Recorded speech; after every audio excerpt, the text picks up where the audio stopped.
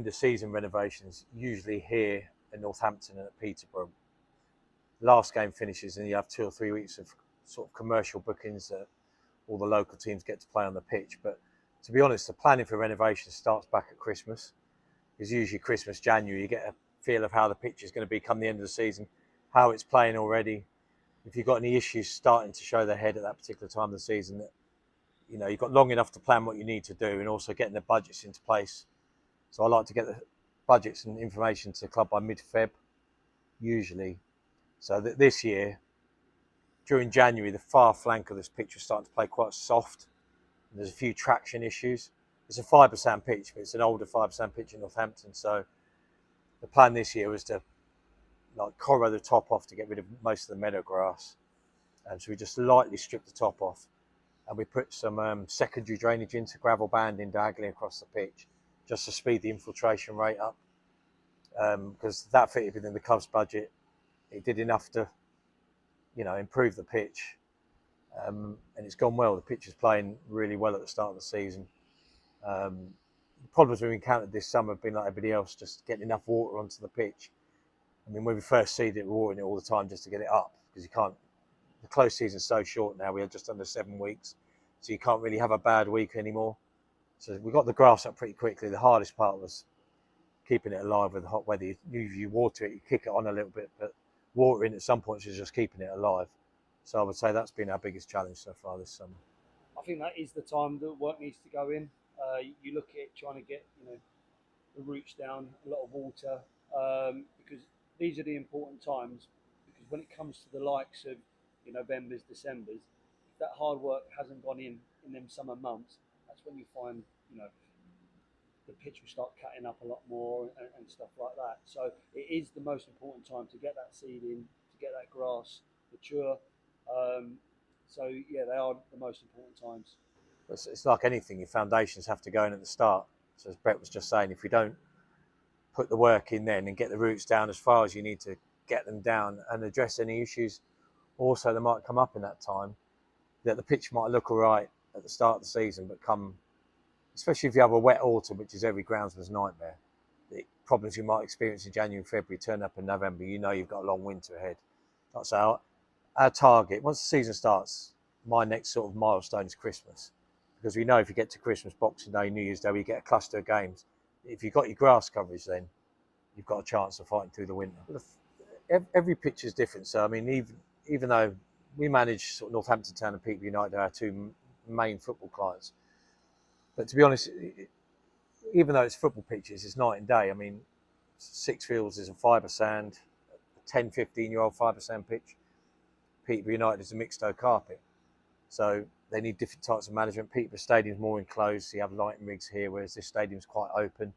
So you get the wind in the winter, it dries everything out. You can water it 1 minute and it's bone dry the next. So every stadium brings its challenges. It's understanding that as quickly as possible, and then making sure that your head groundsman understands it as quickly as possible. And also, it's not just managing pitches, it's having relationships with your site contacts, your CEOs, your football manager, the coaches, that they understand how the pitch plays during the season and the reasons why it might be doing X, Y, and Z, and then working within your budget. So you're going from one year to another to make sure you're still here to do what you need to do. So there's a raft of things, but like I say, once you've got your plan and your procedures in place, it makes problems a lot easier to handle, I would say. Yeah, so Paul obviously has a background as a head groundsman for the last 30 years, started his own company up.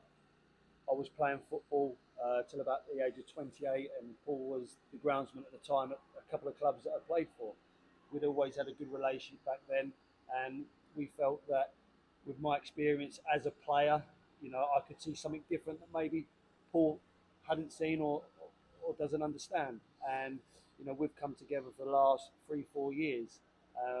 We work closely together, and I think the way our relationship works best is that we're honest with each other. We can see Paul's point of view, you can see my point of view, and I think this is what gets the best out of the 2 clubs that we do at Northampton and Peterborough, especially with the difference in playing services, as Paul said, with the mixed toe over at Peterborough and the fibre sand here. they do play differently. But it's understanding that as a player as well that we can get the best out of the pitches. Well, also I think with Brett's background that sometimes a situation needs a certain way of dealing with it. So Brett understands the dynamic of a football club dressing room.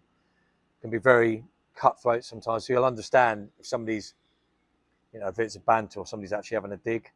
So in those situations, Brett will be more efficient than I would. And also the different sites, like I say, we're predominantly talking about football clubs, but we have food manufacturing plants, hotels, and it's a different schools, a different culture there. So sometimes we might go with that looks more like you'd be better in that situation, and this one perhaps I'll be better. And like I say, our staff on the ground do the job on the ground, but we try to deal with culture, any politics that come along, keeping an eye on the weather. If the lads are sort of embroiled in things that they might not be seeing the bigger picture sometimes, Brett's more the guy on the ground day to day, going around making sure things are happening, and I'm sort of more pushing for new clients.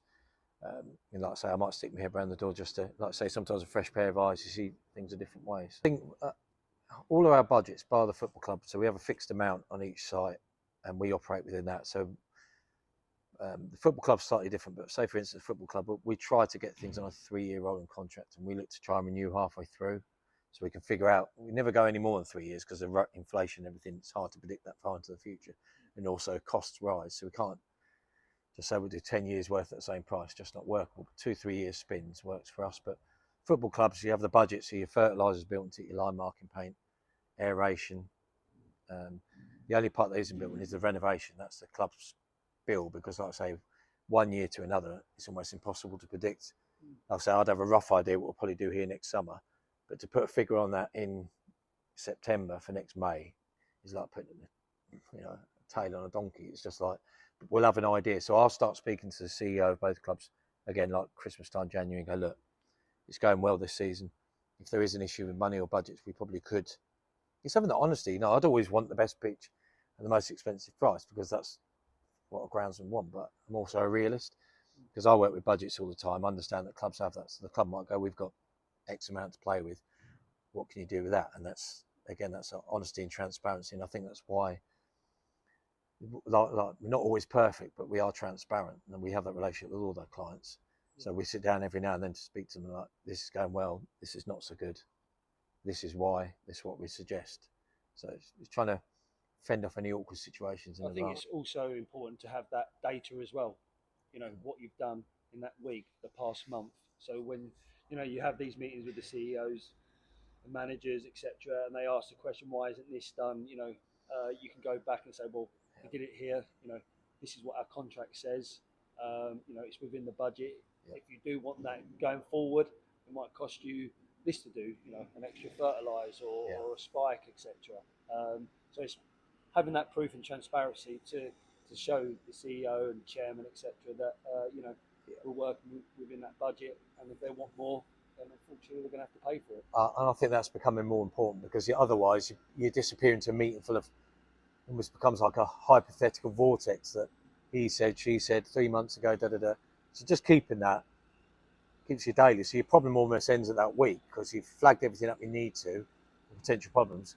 You sign off on the Friday, and that's as far as you can take it. Where if you don't have that, you still might be referencing things 3 or 4 months ago that might have been said, might not have been said. Then you rely on your memory, and you've got 20 different things going on at once. So I think the data and proof of work and KPIs will become much more of a thing in the next 5 years. I think it's a culture thing as well, as I sort of alluded to before. I think 20, 30 years ago, a groundsman was seen as the old boy with a fork who would shout at you when you walk on the grass. But I also think back then, there's a little bit more old school from the coaching and manager's point of view, that bad football pitches after Christmas were the norm as expected, so nobody really was that bothered. But now, coaches and managers still expect the pitch to take the traffic, but be good all the time. It's the Augusta effect, like with golf courses. You see Augusta and the green jackets, perfect golf courses, and they expect, a golf course running a shoestring to look exactly the same. But that's where your data comes in, and regular meetings with, golf courses with the golfers, but the football clubs with the coaches, the CEO, to maintain that level of reality that this is the best we can get. This is your Augusta on that kind of budget. We're reaching that standard. We know it could be better. You know it could be better, but also in planet reality, we've kind of hit the targets we can with what we've got. And I just think that's the way it is with everything going forward. We're certainly finding it more with our clients, I would say, the last 3 years. Not necessarily so much the football clubs, but it is coming. And I think we're trying to make that, we're going through that process at the moment. I think we can't leave it another 3 or 4 years, just relying on trust with word of mouth. Because like I say, people come and go in these places, a new person comes in with different ideas. And if you're not there ready with it, you're going to get caught out. We're very happy with the pitch and how it's played at the start of the season. Again, it's the hard work that we've put in, over that close season and pre-season to get it to where we are. And obviously, it's now maintaining it for the rest of the season and during them kind of wet winter months. And as Paul alluded to earlier, once we get through to your February time, hopefully, the grass is still there, and then obviously, we can go through to the end of the season. Yeah, I think it's also the fixture list becomes like your guiding light in a way. So we know whenever you get a gap between games, you have to get certain jobs done then. That's your window of opportunity. So if you get 2 weeks or a 3 week gap, that'd be nice. You get the key jobs, like maybe it needs a vertic cut, maybe it needs a vertic drain. That feeds, like I say, it's getting fed today, this afternoon. We'd have a 3 week gap by the time we get round. So the second week of the 3 will be the key week really, because then it will come through and peak at the next match. So it's timing key jobs at the right time during the season. You're going to have a wet winter. Start in November, get the vertic drain down 10, 11 inches, because the pitch drains like an 8 out of 10 instead of a 10 out of 10. So you've got to adapt your maintenance accordingly. And I think we're quite good at that generally. And if we do get caught out, it won't be through lack of planning. It will be because that pitch has reached its pinch point, that you've ticked every box you can, so to speak, again, data driven. But unfortunately, it's got past the point of no return on that particular day. But it's all about the recovery then.